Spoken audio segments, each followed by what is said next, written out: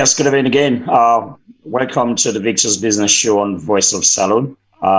This is not your premier show, the only show with a focus on business and business related subjects and activities. So, when I welcome, and again, I want to apologize for last week. There was some technical glitch we will not be able to handle, so we decided to postpone the show. So, when I welcome if I'm with them, and we say on a day, I want to say Cabo, I want to say on a Kushe, Pierre Seke. And I want to do it for the next 1 hour because today we will learn something from a very young and energetic young lady.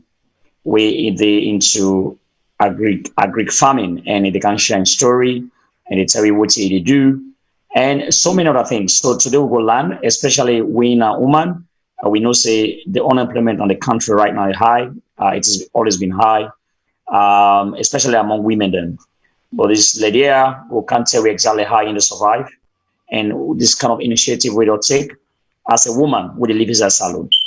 So again, I want to welcome you. The program will be in Creole this time. And of course, we'll switch once in order. We want also encourage you now for calling at some point. Alone are giving our contributions then on some of the things that we're going to discuss because we not believe that we got all the answers. So we want to come now and we take 1 hour of my time, precious time, and for just bring to a lot of information. And I'm sure say somebody with there and will be benefited. So I want to share this video. It's very, very important that you share this video now. But thank you very much as you do that. Again, this year, 2020, the business should focus majorly on small, medium enterprise, which they call SME. Means small businesses then, the pizza business, the marketing in a pizza, or maybe people that get kiosks or flamande, small businesses then anyway. The definition of small business really vary from country to country. In some countries then they talk about 0 to 10 or 0 to 50.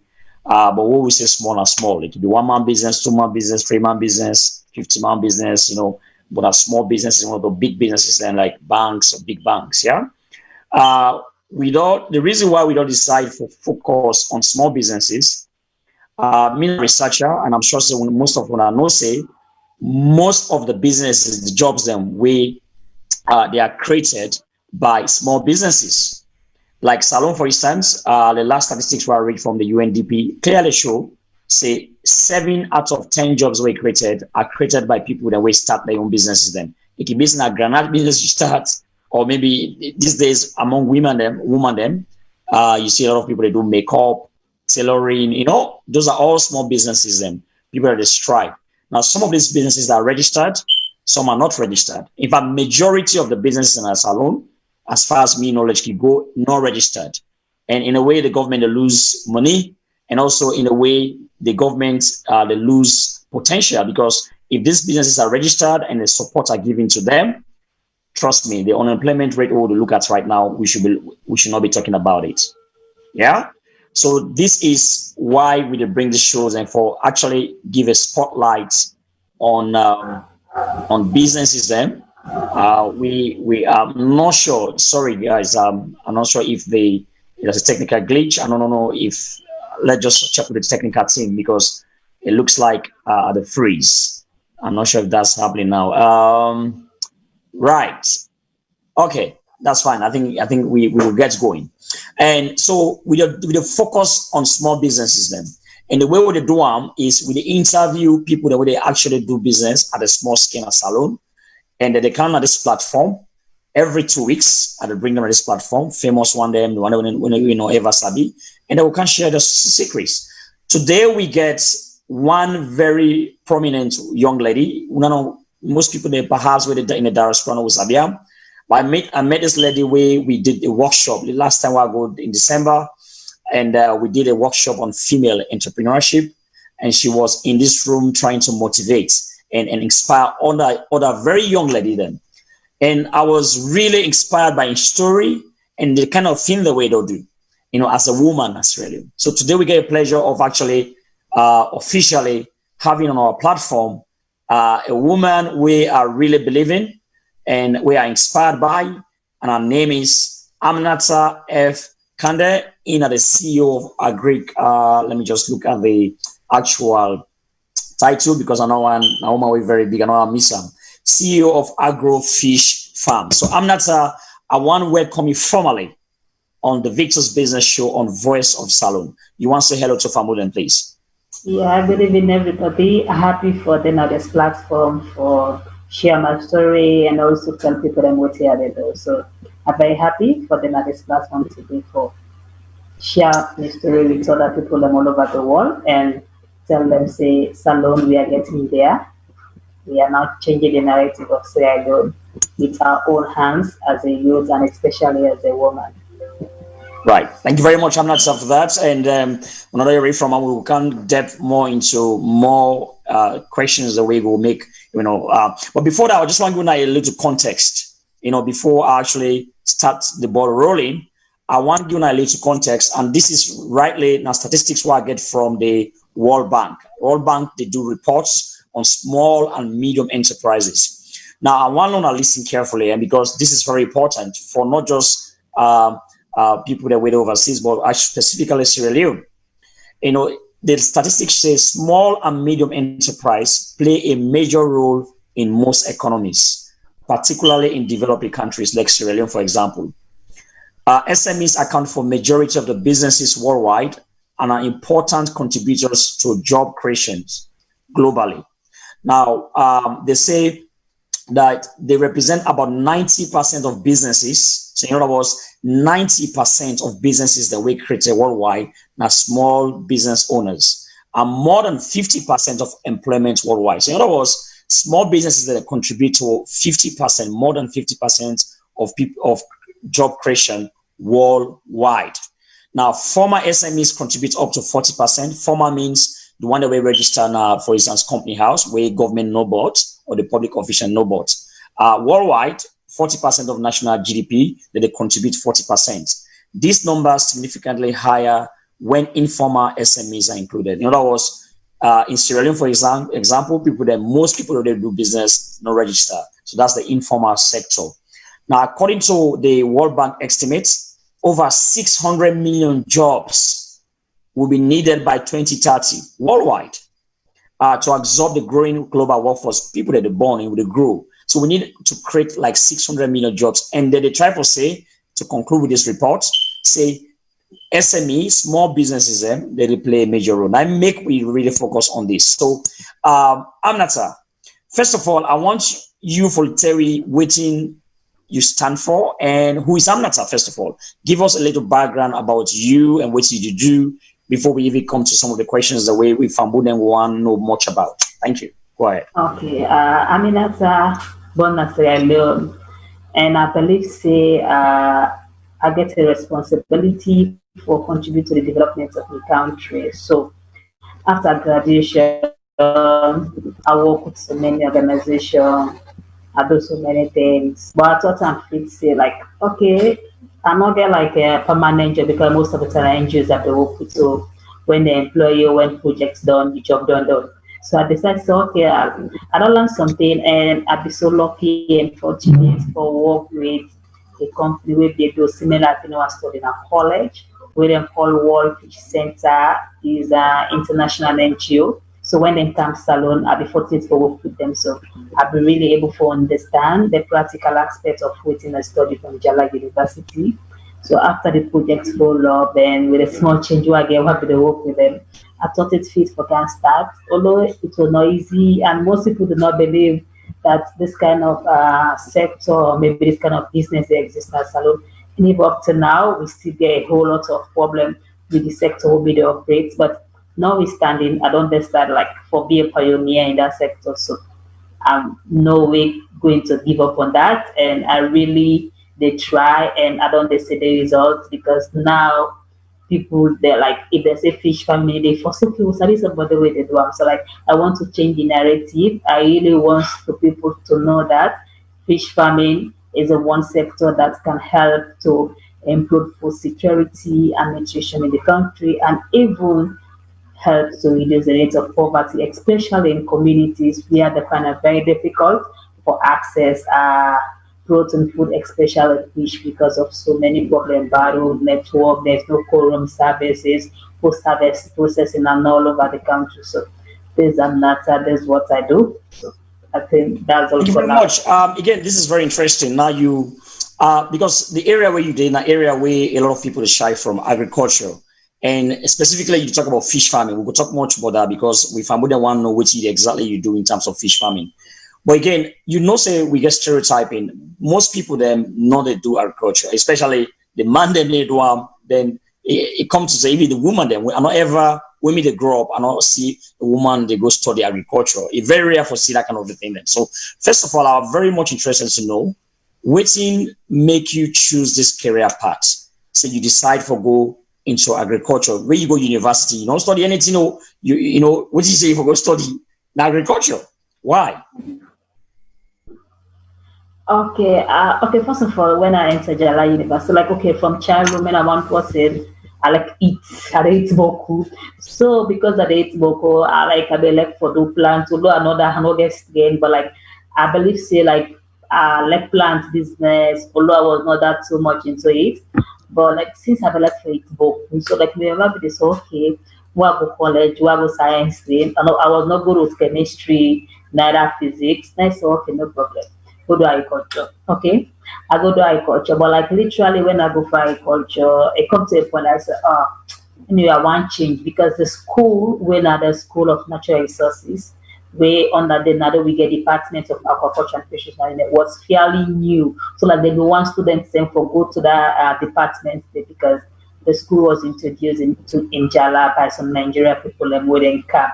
So the school being new. So like then they will all feel now that school they run. So okay, they go for culture, but they go study there. But like the whole thing become very interesting to me when I start for read and review some of the things then and I become more interesting about how the things they go and I look around nobody was doing it. So for me basically I just try to do something very different way, like not everybody gets involved into it, and try for create my own niche as an individual and also for be a pioneer. So basically, naturally, men are somebody I like plants and I eat boku. So because I eat boku, I decided okay, well, like plants is I eat. Interesting, really. So basically, the agricultural thing or the career path really was driven by your passion for food. You like your belly, you like your mouth. So as a result, it's in why Yeah, not engage in something? Let me use my hand for actually grow it instead of the eat and for health yeah, reasons. And also, you later out find out because through your research, say there's a unique selling point. In other words, this area and an area where especially women and any do so if you really go to this area, you go spark and this is a huge opportunity. So you saw an opportunity. Now, at which age this where you sort of sense say this was the part that you came to the decision, say, okay, this is what you're meant to do, roughly. okay, okay. At the age of let me say, at the age of 25, I worked Right. for 3 years. So at the age of 28, I decided, okay, well, let me start because now I'm not 30. So at the age of 28, I said, okay, let me just start something because I got this narrative from the former boss, what they will do with people, Mr. Ambrose, like he's my mentor. He was the first person that come up to mentor us because when we are working with the Ebola, he will come and tell you, okay, Aminata, you can do this. If you give jobs, you know, say name for do, but it will give you the encouragement for likely you go out of comfort zone for level one. So begin like begin they talk, begin give me confidence. Then after I say I study agriculture, and I say I'm not so you can do something. So like I begin getting the momentum at that age. I decided okay, well I work like the money because I not see anybody. At the end of the day, entrepreneurship is very new in Sierra Leone. Mhm. Most Sierra Leoneans not be they invest their money into entrepreneurship in Sierra Leone as far as making member because when they start, like I start with my own money because while working at Wall Fish, they pay me a little bit high, so like I be dey save for that day. So basically, I take and say, why don't save last start? So at the age of 28 years, I start like it was really overwhelming because like I really want to see like it's just like a prototype. I really want to see how One photography, experiment, take basically. pics, One looking at the experiment. stress and everything. So Mm. like at the age of 28 years, I start. Say, okay, let me just start. Although the vision was not that clear, but like I just said, well, let me just start. And I'm very happy the path I take. And I'm saying like I've learned through the process and gradually I'm trying to get the best version of myself and at the same time to create a group of companies, because now Agro Fish only one we get.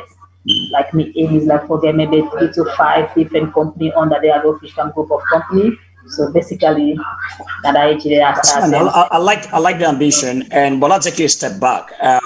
Now you don't finish this program, you don't start for work, and which is a natural thing to do anyway in a sort of setting. You get a very good job, but you decided to quit to start your own business. That was a big risk. What did prompt you for that, really? Because I just want to take you back, because the thing is, it's as easy as you say right now. But again, people there in a similar situation, trust me, they are stuck in that job, and they really want to do something where they love. There's a way where you like to use your mouth. I mean, like your mouth, sorry, you know, and you know, but it's a challenge. So I want to really, for somebody with a watch you right now, it could be a young lady, a young woman, you know, where they in a job, but they want to do something way for them. For them to left their job is very risky. So take us through that decision time. What you prompt you for sort of resign and come again and all those things basically. Well, it was a very hard decision because although when I did start, I still did the work.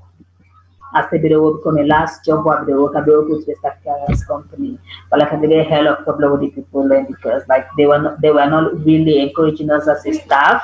So I did work with them like literally like to support the business, because when I start 1 year with the money I come out to all fees, it was not enough. So I decided, okay, well, let me still go to work to support my business. But I take and say, like, the kind of business we made it into is not a business that you can say, okay, somebody can run it for you, because we don't have the skills of people here that you can even employ, let alone talk somebody that can volunteer. So 2018, like it was really a very, very hard decision for me for that. Decide say, not work again, because what's been happen.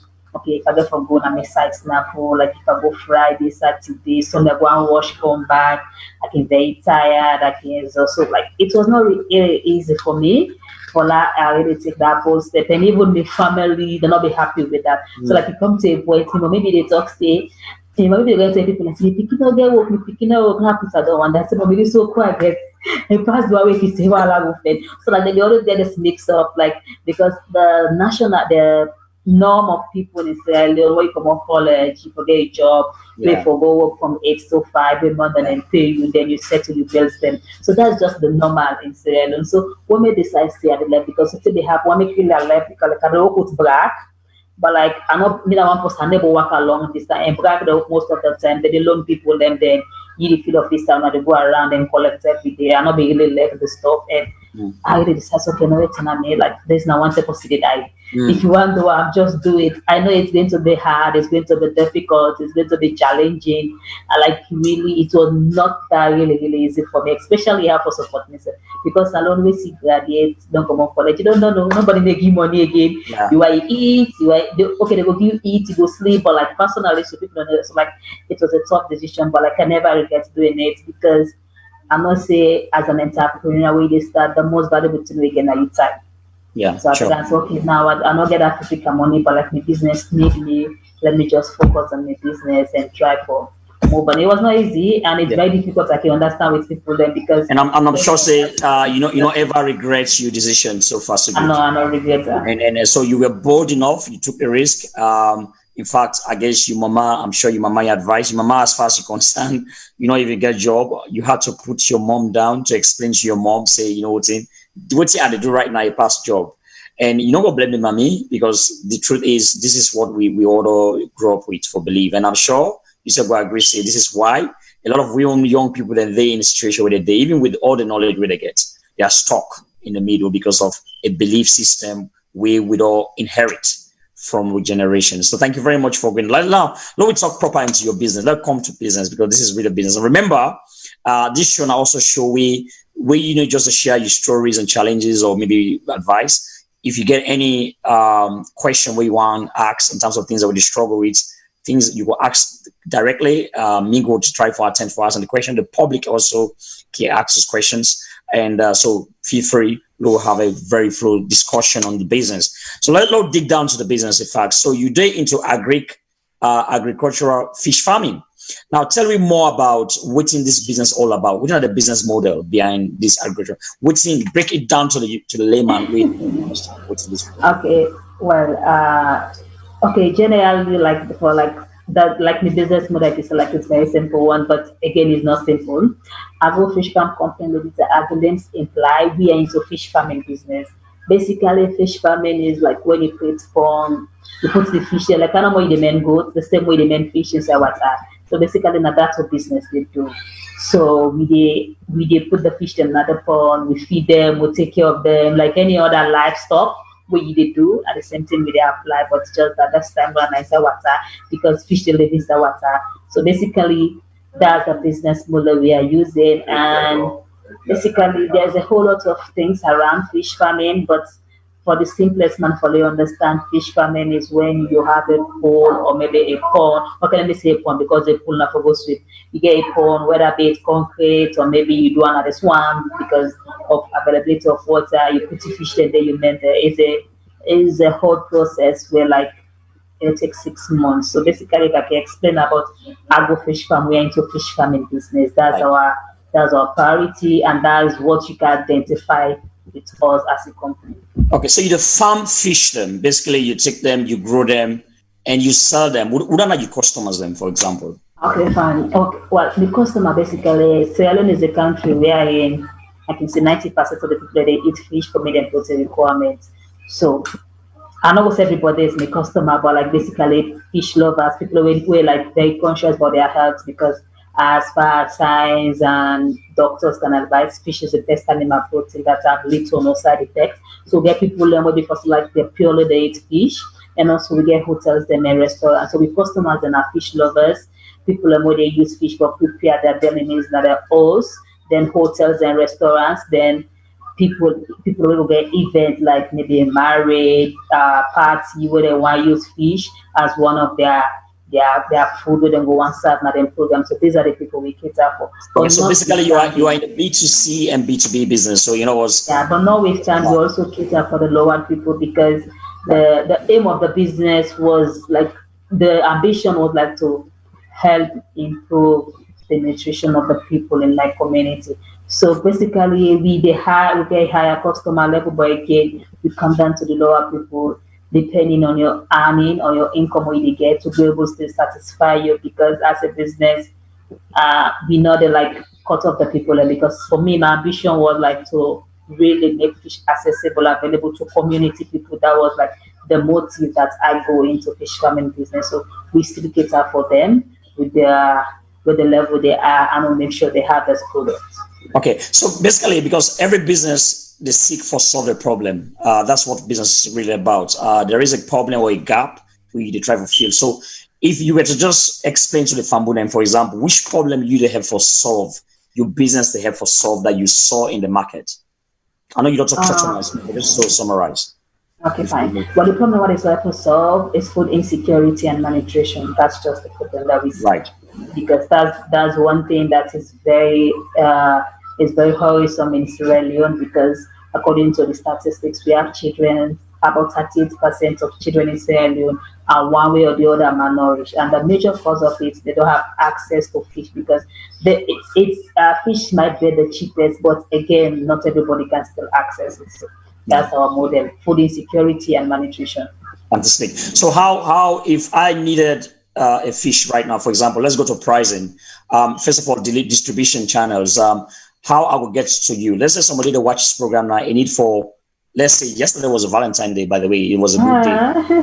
So, somebody, by the way, happy belated Valentine's Day to you. Yeah. Everyone with the watch. I hope so when I enjoy on a Valentine, Lover's Day. But again, if I want to buy fish, you do fish farming. What are the steps then? How you deliver on the doorsteps or take us through the distribution channel? Okay, fine. We do because first of all, okay, we have our social media, but we have our Facebook page, we have our website, and we have our Instagram page. So and what's your website? Yeah, www.agrofishfarm.com. Agrofishfarm.com. Okay. Yeah. So we have the website, but like more, you can also go to our Facebook page and you can place order because we have numbers there. Then you can call and place order. We do delivery. Depending on the quantity you buy, and also we do B2B. We sell to big customers like hotels. Like we want to sign an MOU with us at Agro.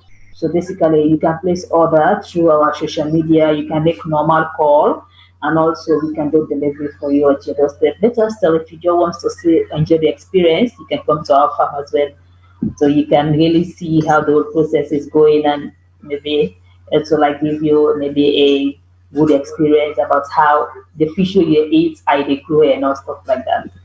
Really? So you go tag. Say if it's very interesting. So if I want to pond right now, I'll name me your fish Alfred. You go mention for me that you give me away very much. Well, no go name the fish, but basically we go do something because that's one thing we are working on. We want to do point and kill. So basically, you will go to the place, you point the fish you want, then scoop them for you, process if you want grilled fish or maybe fillet fish, and we can prepare it for you. Okay, so who's that this farm there where you have a farm that you're fish farming? Who's that specifically? Like the Freetown boat, where are these farms? We operate Nabo to our community, 10 minutes drive from Jala to our campus. And then Right. we'll farm there, we get 3 pound. We like basically now one species with the deal weights because of the challenge we'll get. We won't bring new species in a catfish. We are still working because we want to introduce new species this year. So at least we can able to meet the appetite of everybody because some people don't like tilapia, but you have some people that eat catfish. And tilapia is not that overwhelming here by people in Sierra Leone, but in other countries like Ghana, there's their delicacy. They love tilapia. Like generally, Ghanaian like tilapia, but Sierra Leone, not like they don't eat it, but the awareness is not there to tell them the health benefits of eating tilapia. People Right. going more for catfish. So for us not to miss those customers that want catfish, we are doing our best as a team to introduce catfish this year in our fund. So for now, we are doing one species, which is the tilapia. Tilapia for now. So you fish farm there in Bo. You got anyone at Freetown? Not really because due to the funding what we get now, the one way they do semi-intensive where we are in, where they use swamp. Now swamp we they use, we they embark, we they bank the water, we put under control, then we mend the fish them. So basically, we not get no pond now return because we not get the money because if we want to pond our return because there is Someone no a swamp. financial constraint. Okay, of course, these are some of the challenges that we face. We will talk about later. But again, if somebody did McKinney, for instance, a one other fish, you did bow station the bow, would you deliver to McKinney?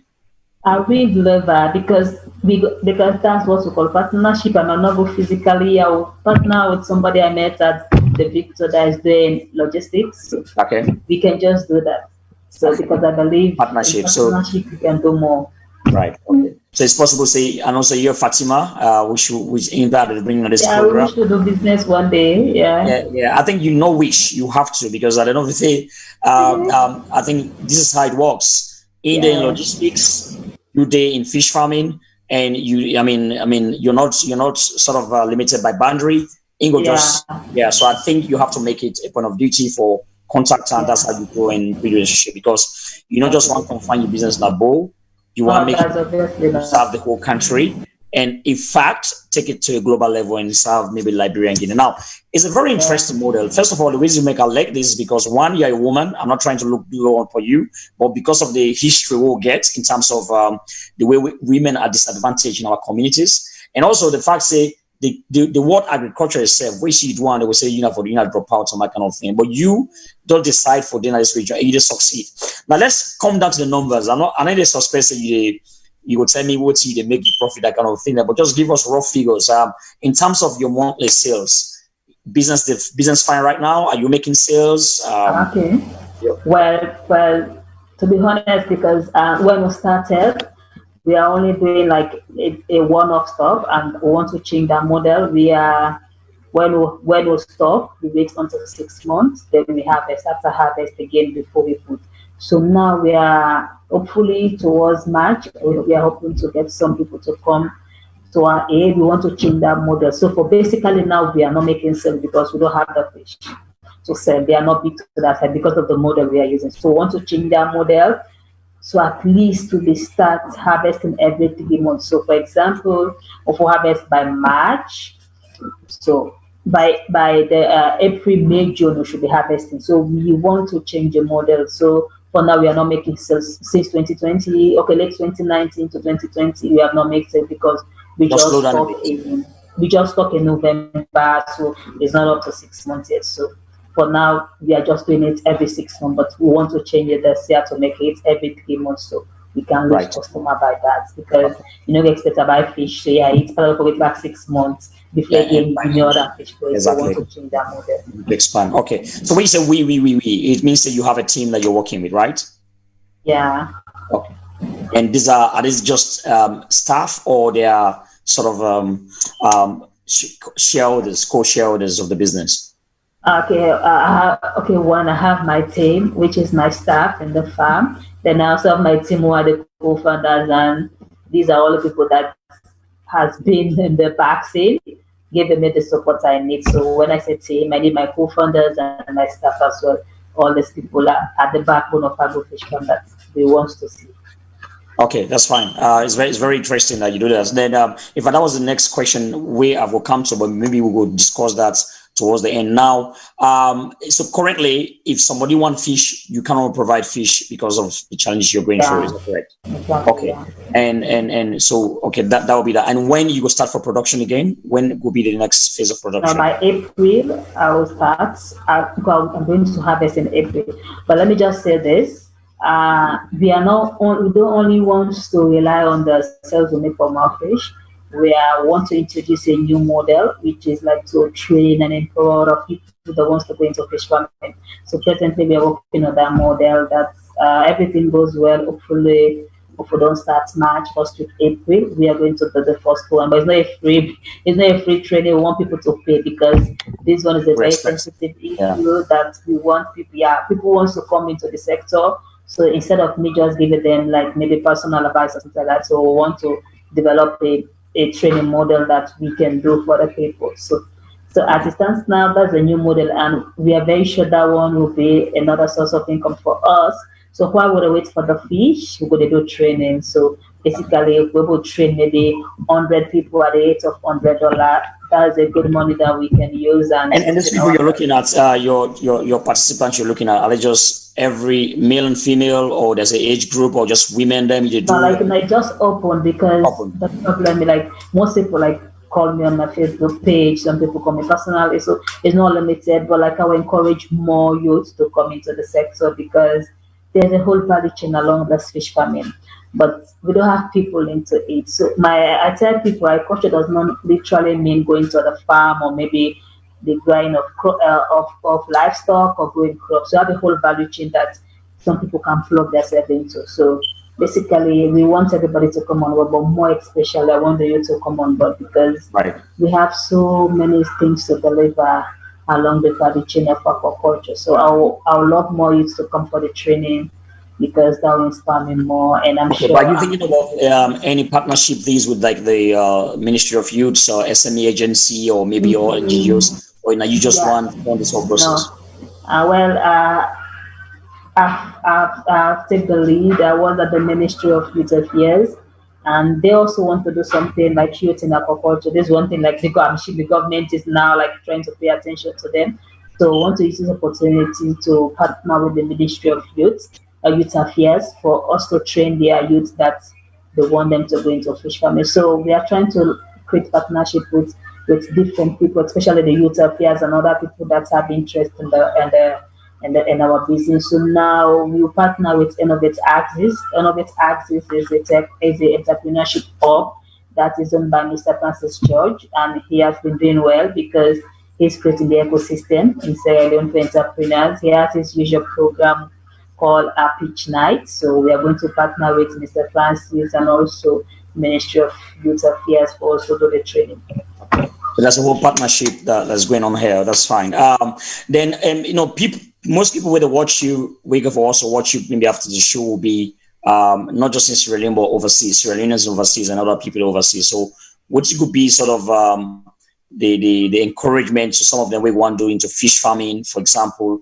What should we be watching for? What are some of the challenges that we need to face? Of course, no business on the way, no the challenges, and so they want to expand. They want because I see a lot of friends we do interact Greek, and some of them they don't realize in agriculture are one of the fertile lines because we lands are fertile and we get enough fish and stuff like that. So, what sort of advice you could give to them, and what are some of the challenges that you face first of all?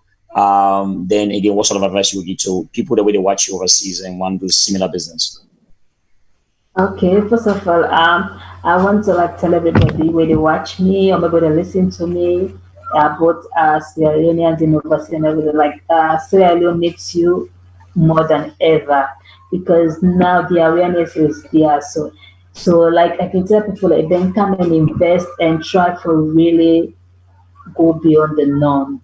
People have been doing agriculture for ages and it has not been doing well because there is a break in the chain because agriculture it has so many value chain and investors should come and try to invest because say alone me when I started like I have nobody that gave me money but other countries I see their native people from Europe will come and support so I'm encouraging to come and look for a business or maybe a sector that they love and they invest and when they are investing they invest genuinely and help to build Sierra Leone and also like for people like I tell people we have a whole lot of things that we need to do.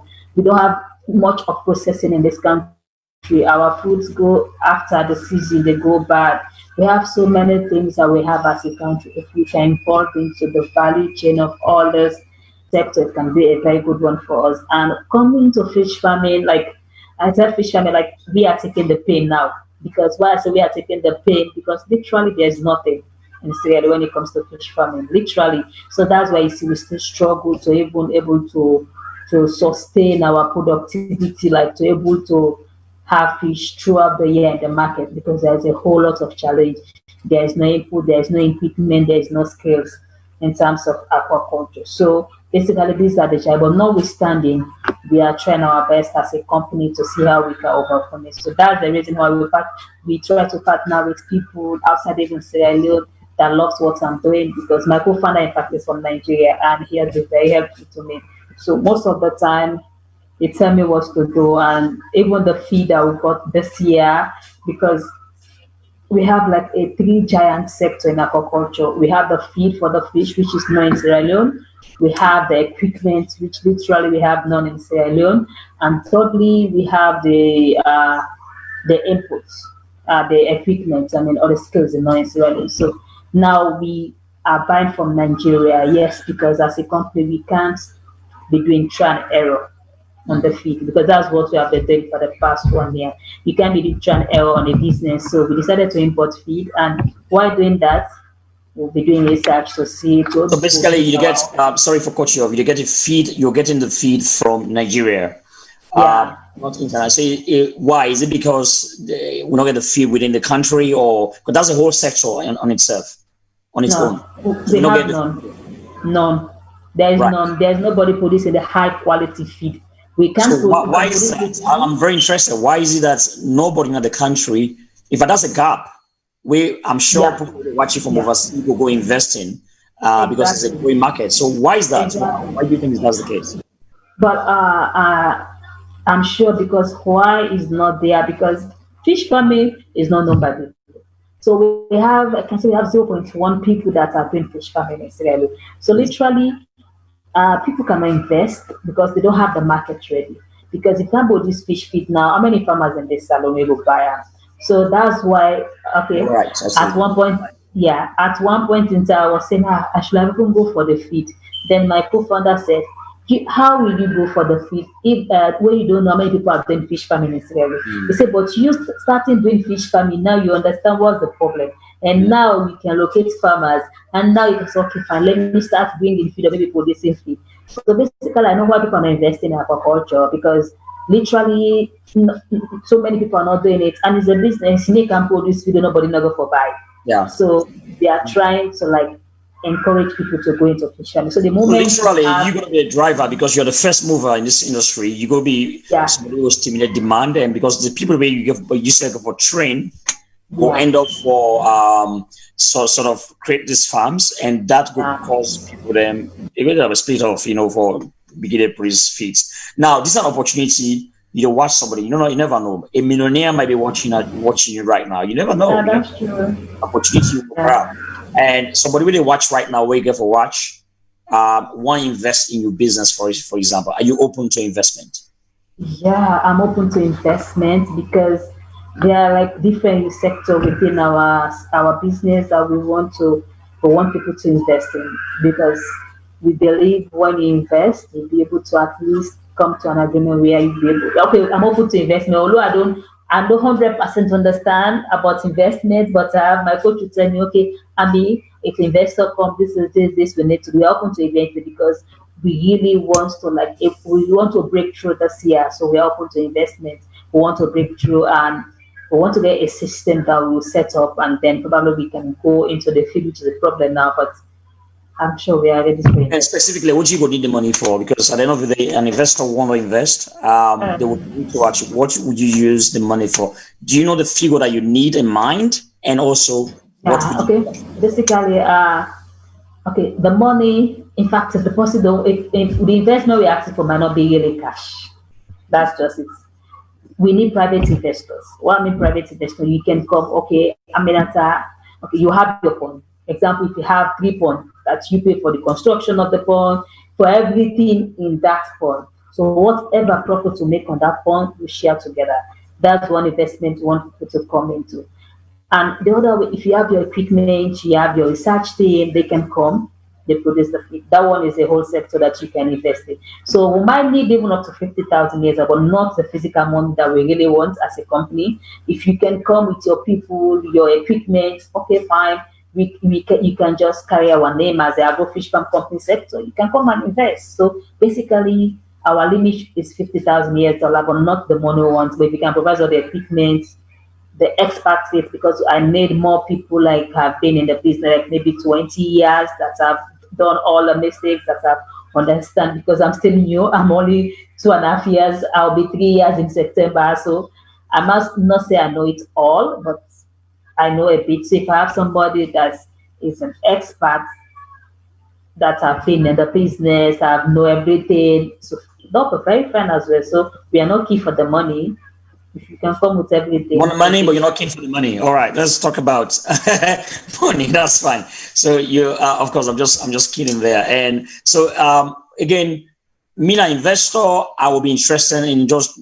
It's good that you say, in fact, not just money you want. You might need the expertise. You might need even equipment because you're not after really the money, but you need cash flow as well. But again, what are some of the challenges? Just key challenges before we move on to the other key questions, because I don't really want to waste the time. It was 1 hour that we are dedicated, and I just want to make sure that we finish exactly at that time. We have 11 minutes more. But again, what are some of the key challenges that they face in this specific industries? Because again, those can be the areas, although you don't touch on them on sort of roughly, but just summarize some of the key challenges that we want going into this industry when our fish farming go be aware of. One, there is no imported feed. Feed is the one problem. That's what we have been saying when we started. There is no feed, and feed is the most paramount, and it can accumulate up to 60% of the feed. Now, what do the fish they eat? Yeah, I'll break it down. Animal fish feed. The fish feed is key. It's not available here. Then secondly, the equipment, because there are some equipment that, like the aerator is not here, the pH kit is not here. The aerator. Down. This is a aerator is something that I use to improve the oxygen level in the water, because there'll be a time there'll be an oxygen problem. So those one are not here. Then the pH kit will tell you the acidity or the alkalinity of the pond water. These are not there. The oxygen kit is not here. So like these are all the issues. I'm sure these are the two major. On the skills is not there, but I'm sure with what we are going about to start, and we will do more and train people. But these are because you can develop skills with somebody that really wants it at maybe a lower cost, but these two are the key: the equipment and the inputs, especially the fish feed. That's the key for every aquaculture institution to survive, especially if you are doing a grown out. Although this one is a big one, a grown out is like we have different phases in aquaculture. We have those that only breed the baby fish. We have those that produce the fish that will go to the market for people to eat. We have people that will do the broodstock like where they make the mature, the woman and man for able to breeding. So these are all sectors, but like we are in the grow out stage because that's what we can do now. Right. So again, coming to your competitors, your sort of indirect competitors will be those fishermen. how do you intend to compete with them, or what's your strategy? How do you compete with the fisherman? Okay, fine. I know fish is fish. Before then, I was like, okay, I'm different, but now I know fish is fish. People don't care whether an Whether it's saltwater fish. homegrown or maybe it's what. Yeah, yeah, people don't care. So one way we are going to stand out, we are like one, we are going to be processing and packaging our fish. The Right. moment we are able to increase on our production, we like all what you need, just take the fish. If you want steamer and fry whatsoever, like it's well processed. That's one thing. I'm not sure everybody is doing it in Senegal. We want to start processing and packaging our fish, and also we can also lead them by like the consultancy side of the business is one thing we want to emphasize on, like provide consultancy and training for people that wants to go into fish farming. So these are the key two things. And the third one, like we can cater for everybody. Like we are not that like okay, so no, not the discipline nobody provide for. Like most of the Kologun people do, like we always said by bulk.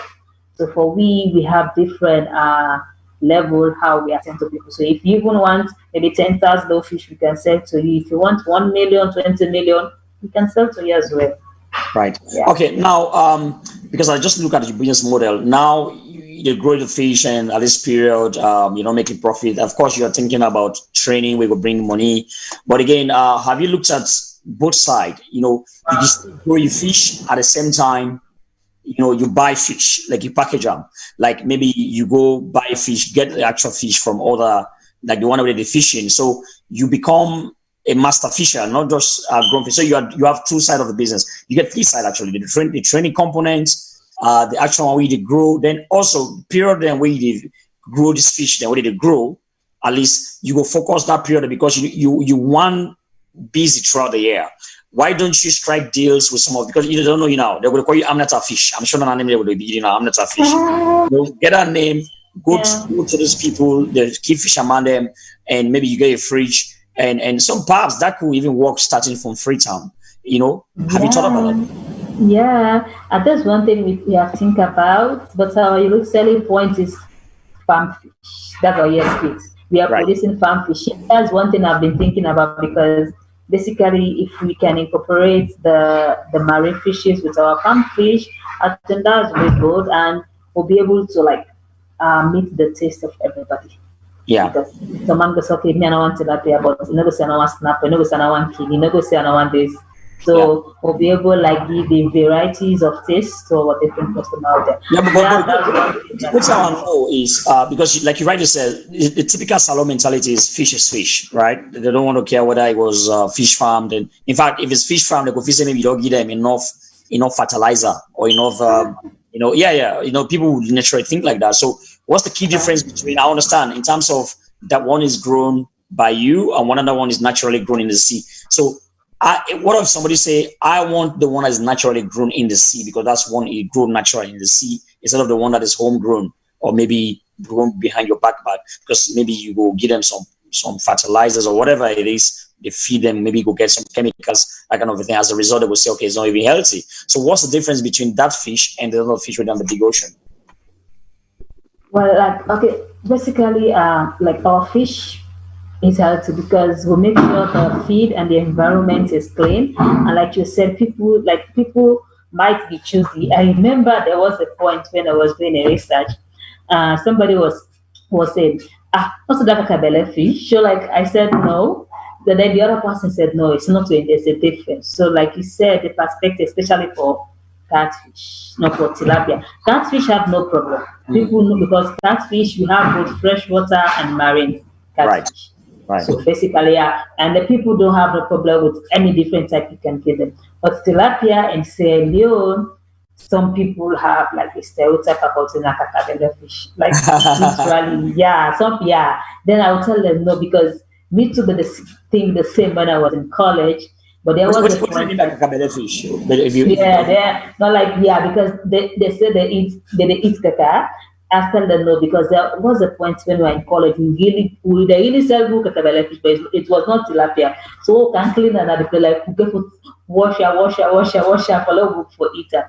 So the norm of people eating farm fish, especially tilapia, is not that overwhelming. So that's what I want to shift. Then you can do mariculture to some extent. if we have able to build our company to a higher key that we can do mariculture. Right. Mariculture, you culture the fish and the marine water. So you Okay. can also do that. So basically, there's also a way you can then grow the fish in the marina. Sell to people as well. Yeah. Okay, that's fine. Very, very wet because I just trick you because I think you have to be thinking about all these sort of things. Now, Yeah. in terms of payments, how you take payment, a cash or maybe you pay Orange money, and how do people pay you? Well, for now we do cash. We do because I do have orange money, but we have not started using it as a company. But hopefully, we are going to use it for this training. We can use mobile money, and also you can use our account. So Okay. for now, no. The previous sales we make for the past 2 years is like cash. People will come, they pay, then I deliver to them. Or maybe I go to your place, I deliver, you pay maybe 1 2 thousand plus, so we can deliver to you. Right. Okay. Then also, we'll just talk about one important issue, two important issues actually. One is will be access to finance. Another one will be customer service that you provide. Right now, access to finance. Just read some statistics here. We clearly show we know that are one of the big bottlenecks, and in fact, that's one of the reasons why a lot of people are not going into businesses. We know that, right? It's crystal clear. It's been out there, and a lot of people have been held back. Their dreams have died just because they don't have money. But in your case, of course, you don't wait until somebody give money, you actually raise the money for yourself, then you risk like your money, you reach your time, you use your job and everything. Not everybody get that kind of got there. I don't know what you can get that kind of risk and something we can talk about. But again, there is a statistics here. The International IFC, International Finance Corporation, reports that 65 million businesses, small businesses, or 40% of former micro, small and medium enterprise in developing countries have an unmet financial need of $5.2 trillion every year, which is equivalent to 1.4 times the current level of global lending, SME lending. So what's going to be your advice for policymakers? Because the truth is, we didn't make all these strides. People like una they come, una there's a risk on self, una they, I mean, which leads you don't risk your job, you don't risk is losing money where you get, you don't risk your family. There should be some sort of support, not just from the NGOs, but from the government. So what's going to be your advice to the policy holders, people that were in a position of power, we need to make the environment very fertile or how's it called? Smooth for people like now to get money, access to infrastructure, access to lights, internet. What's going to be your advice? Well, first of all, one in terms of finance, I would like encourage the government because I was in Nigeria. Nigeria, I should say there is a bank, because the Bank of Nigeria, they give money to SMEs and in agriculture because, like, basically, I tell people, I don't know whether banks do give loan to people that are into agriculture. I don't know if it's so. I want the government like to get a scheme where they provide a support, financial support to sober-minded youth because some people come to this place just for maybe just get money, but like the race is not meant for the strong, but for those that can endure. Because as an entrepreneur, you can't expect to make money in the first year. If you make it, well, you are superhero. So I want the government to look for sober-minded people and also to able to like follow them. There's one thing we lack in Africa. I can say like when we train people, they follow you to the later. Okay, I think we did get Since some. Go ahead. in Yali, whatever happened in Yali, they send you what you are doing. Yeah, they follow up on what you are doing and even open opportunities to use so you can keep growing. So I want them to get a summit with you. They need to like get a database and follow up on that. They have Okay. been giving money to It looks like like there is I'm not nothing it looks like we get it late. Not sure if it's from my end, but okay, go ahead. I think it'll come up back. Yeah, go ahead. Continue the conversation. So like yeah, so as I was saying, they need to provide a financial scheme, especially with the Bank of Sierra Leone, to really support sober-minded youths that are solving real-time problem. And when they give them this money, it should be backed up with monitoring, Training. support system, and follow up. Not just give us the money, you left and go. When you get money, make sure say you watch them, you get the skills, you get the support, and even get opportunities for like get a broader perspective of what you can do. Exactly. So literally, yeah, that's one thing. Then also they encourage philanthropics them because in other countries like Tumiadomi, every year you see they give over 10,000 youths money to youths in Africa. That one is a laudable one, and he has been doing it, not like the Mangemon. So we need Sierra Leoneans. We have money for invest in youths in Sierra Leone because we have some sober-minded, although we still have some that maybe they wants to really go through the pain. Because I tell people, if you don't go through the pain, there is no gain for you. Yeah, sure, So sure. basically, that's one. Then secondly, the environment because there's this issue of licensing certificates of import or whatever. I remember one of my colleagues was facing that. So I want the government to give us that priority, especially if you are doing business in Sierra Leone and if you want to export, let there be a level of priority and also an ease of doing things. But most of the time there's a battle between the foreigner, the Lebanese, and that of Sierra Leoneans when it comes to giving them a certification of bringing some product or maybe even exporting. So I want the government to make the environment usually friendly. For the internet, I cannot talk much because it's really, really not really good. The No, internet no, facility you're in not good at Australia is all. really poor. You're And paying your not money. only poor, very expensive. Mm. Hello? Yeah, I get you. They get you. They are not only poor but very, very expensive. We are using here maybe $2 to $3 just for a day. Other people in other countries are using that for a whole month. Mm. Just you can imagine using $2 for a day. So if you are going to use internet every day, you accumulate that. That's very expensive. Yeah. So we want the government to regulate that aspect of the country, like because internet is everything now. You can literally learn everything on the internet and put it into practice and see a result. So basically, these are the things I'll tell the government, like to really look for sober-minded youth and provide them the necessary support, finance, training, and whatsoever. Because you just not give somebody money left out. Sure, sure. I agree. Yeah, because if like you to be tempted, okay, they don't say one or get this year, I don't say one or get this shoes. They go be tempted to go take the money and go buy stuff then. But if Yeah. you monitor in a way that even if you want to remember, say, hey, if I not do well next, I don't give me all that money again. That's fine. Thank you very much for this. Just one last question. Maybe you get some advice for people that we want to start business, especially the young people. Them we go down in the rural areas. The reason why you're very unique is that most of the people that were going to the show are people that we already get businesses in Freetown, and we visit Freetown, Australia. We will not know Australia, but you are from Bo, the southern part of the country, rural area. And as a woman, you don't try for strive, you don't establish yourself. And what sort of advice you will give your colleagues them? In the rural areas, women in around Sierra Leone, people that already graduate this year. I'm sure I palm the can Yeah. great a lot of people there. This is not a time for you offer some of your set of advice them to this set of people. Can you advise them Yeah, on? first of all, I want let me the women then who move because there are so many support for women out there, but people are not going out of their comfort zone.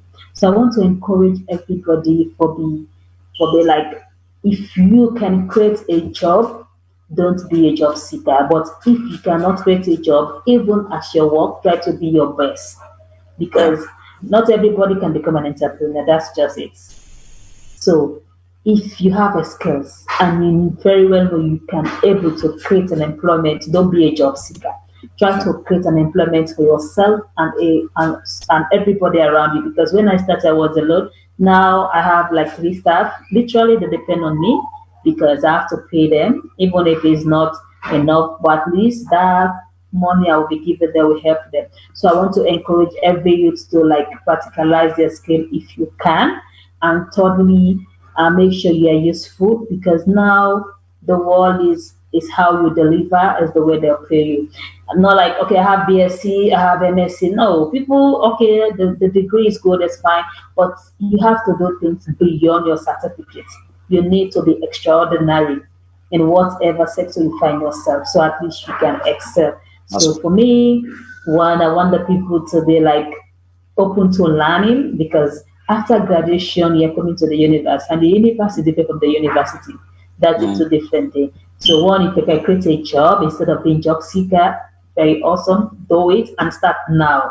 I always tell those people that your best time was yesterday, your best is today. Because even if you don't start now, if you are going to be 30 years, in the next 5 years, you'll be 30 years. Yeah. So you'll be regretting your life. That's why I should have started. So the best time for you is to start now, because when you start at the stage, if you are 25 years, trust me, maybe you at the age of 30, you should have understand your sector in such a way that you can become a guru and you can become an expert.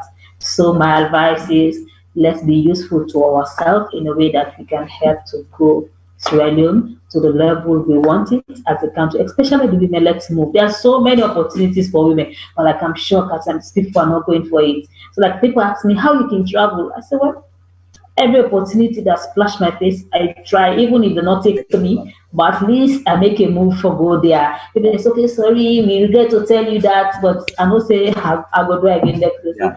I help everybody to be useful, and let's try to provide whatever we can. You never cannot tell your business you start. You might start in your kitchen, you might start your backyard, you might start maybe in a friend's house, but just start. Because when you start, I tell people the theory in a book is different from the practical they go do on a field. So start Precisely. with thing. Thank you very much. Right. Thank you very much. I think that message, the message what we just summarize, just start. No matter how you start, but just start. And I don't know if you get question for me or the audience before we round up the show tonight. If you not get, then we'll round up. But if you get, we wait for your questions. Okay. The question I'll ask, and I'll keep asking, what makes a company to be on the stock market?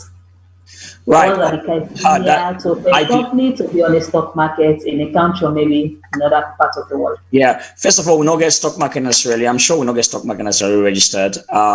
Actually, for you go through a lot of process, right? You have the income level. This is, I mean, where you don't make, because you have to look at the income, the turnover. We don't make, right? And they give value the company and give a researching valuation stage before they will actually float you on the stock exchange market. But it's a whole lot of long process for you to go through. They give account for, they give validate your business, look at your business model and see the value of your business, see of course the revenues that we don't make over the time.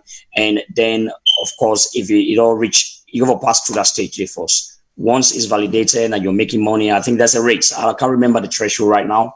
But once you don't reach that threshold, they go floating on the stock exchange market. But again, we have a lot of stock exchange markets around the world. We get the African, South African one, of course, for Africa. We get New York Stock Exchange, you get London Stock Exchange. The most famous now, New York. We get Hong Kong Stock Exchange. Again, where you float your shares, again, can very matter. And when New York is known for New York and London are known for the best stock exchange. Alibaba actually launched their own in how's it called, New York. And other companies that come in London, that kind of thing. But yes, I think predominantly it depends on the valuation of the business. They'll have to see, of course, the viability, the sustainability, and if you will generate more income and the scalability. Can you scale this business? Make the other thing pass. I would don't think Sierra Leone only. Think your region. Think this business can take over, you supplying to Liberia, Guinea, start with the region first, then go to not just stopping you to even supply fish for people the way they sell African foods them now in the UK. They get a lot of shops them. For instance, I was at the my sister for open one African shop now, for example. All she needs to do get suppliers like you to supply fish and that kind of thing. There are a lot of them. There's a woman called Jaffa. If you read it at that stage, I can link you up with her. She's in Peckham. In self key do that thing. So I think yes, it's good that you're thinking about IPO, because a lot of businesses just want to stop as sole trader. They don't want to grow past what's there. I like the vision, I like the question. It's not impossible. You will be the next maybe first Sierra Leonean to be listed on the New York Stock Exchange. To become millionaire. It's possible. It's very highly possible. Yeah, it's true. Then again, the last question, like I see at times they say a company by public liability. I don't understand, because now we are limited. So there are two types of liabilities. There's unlimited liability and there's limited liability. Yeah. So it talks about really, like, for instance, if you company are limited liability, it means that the shareholders want a way to sort of invest money into the business in case the business wind up. And normally when the business wind up, because the business and the individual, like you and your business, by law, you are separate. The business is referred to as legal entity. Now, so where the business also wind up, normally the law say you will pay your creditors first. Let's say if you take money from bank or an investor invest money, you need for they'll be the first people that the administrators will pay first. Now, so if, for example, I'll give you an example. If you take, say, $10 million, right? And then you wind up your business just because of some reason, you wind up your business, you liquidate your business.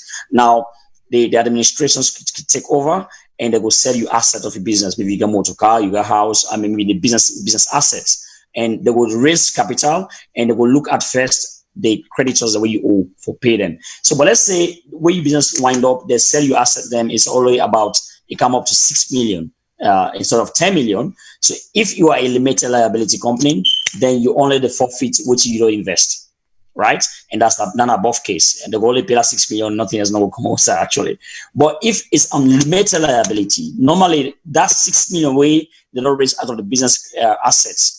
If they go, the liquidators or maybe the administrators can even go to you, the shareholders, and seize on a property them, and I mean not actually seize, but actually in technical sense, will sell on a personal assets for recover that loan there. So that's the difference really. So whether your business is limited or unlimited, depending on where in terms of liquidation, which you will lose. The risk of being unlimited is higher because you will lose both your money where you invest, plus they will chase after your property then and wind up and pay the creditors. And so that's how it is again. But remember, business can also be private and public limited. A private company, normally, I'm not sure if the laws have changed in Sierra Leone, is between 2 people to 50.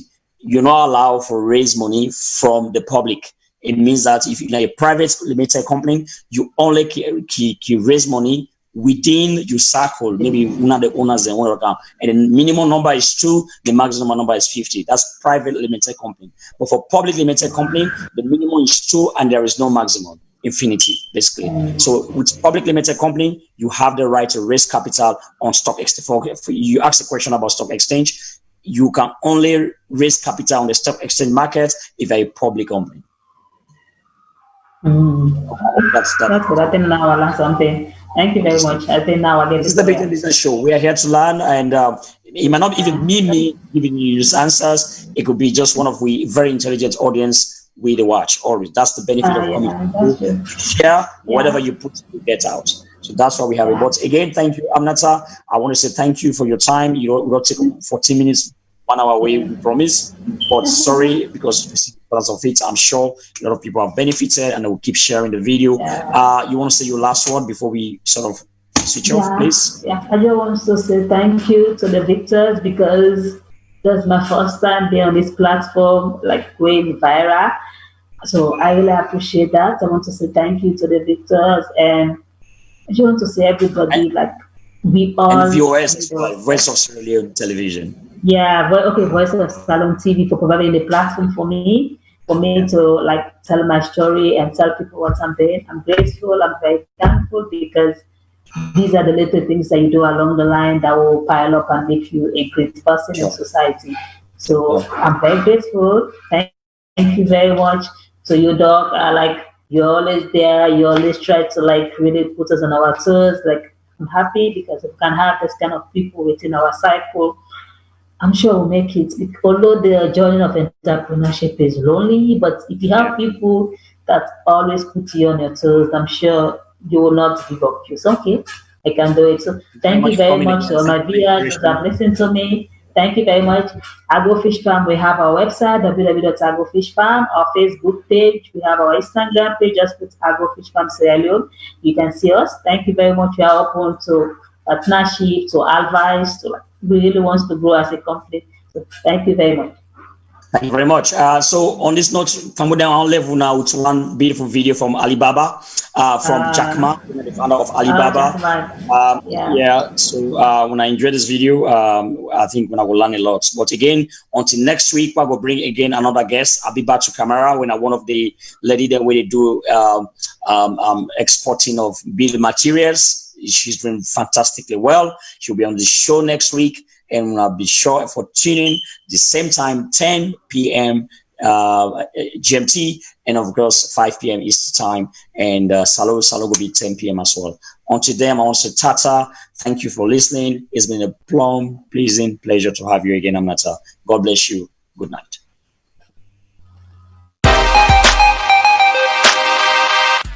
Why do a website when you can create an app for your business for free? Yes, with TAV App Maker, you can make an app as easy as pie. It only takes a few minutes. Simply choose a design template you like, add the features you want, and once you are happy with the results, publish it to Google Play and Apple Store. So your clients can download your app. Go to TAVAppmaker.com and create your free app today.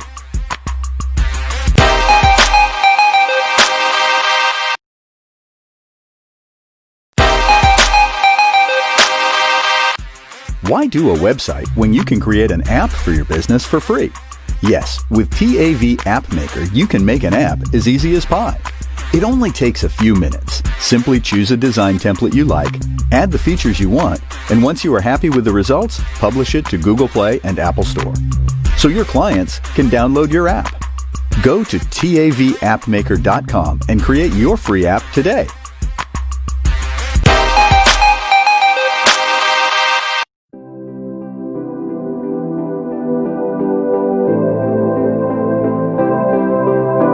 Cotton Tree Pharmacy is your new trusted provider of pharmacy services in Sierra Leone. You can count on Cotton Tree Pharmacy for genuine quality brand name and generic medicines. Guaranteed refills for prescriptions issued by doctors in Sierra Leone or abroad. Door-to-door medication delivery service in Freetown and beyond. Free health education. Have you heard about our Diaspora Medicine Connect? With Cotton Tree Pharmacy's Diaspora Medicine Connect, anyone can pay for your prescription online. Bring your prescription to 17 Pademba Road. Collect an invoice. Send your invoice to your sponsor in the diaspora. Your sponsor pays for your prescription online. We deliver your medication to you. For quality prescription and medications, visit Cotton Tree Pharmacy at 17 Pademba Road in Freetown. Have questions? Call our pharmacist on WhatsApp at 030-611-664 or visit our website at www.cottontreemedicalgroup.com. Come to Cotton Tree Pharmacy. We are ready to fill your next prescription.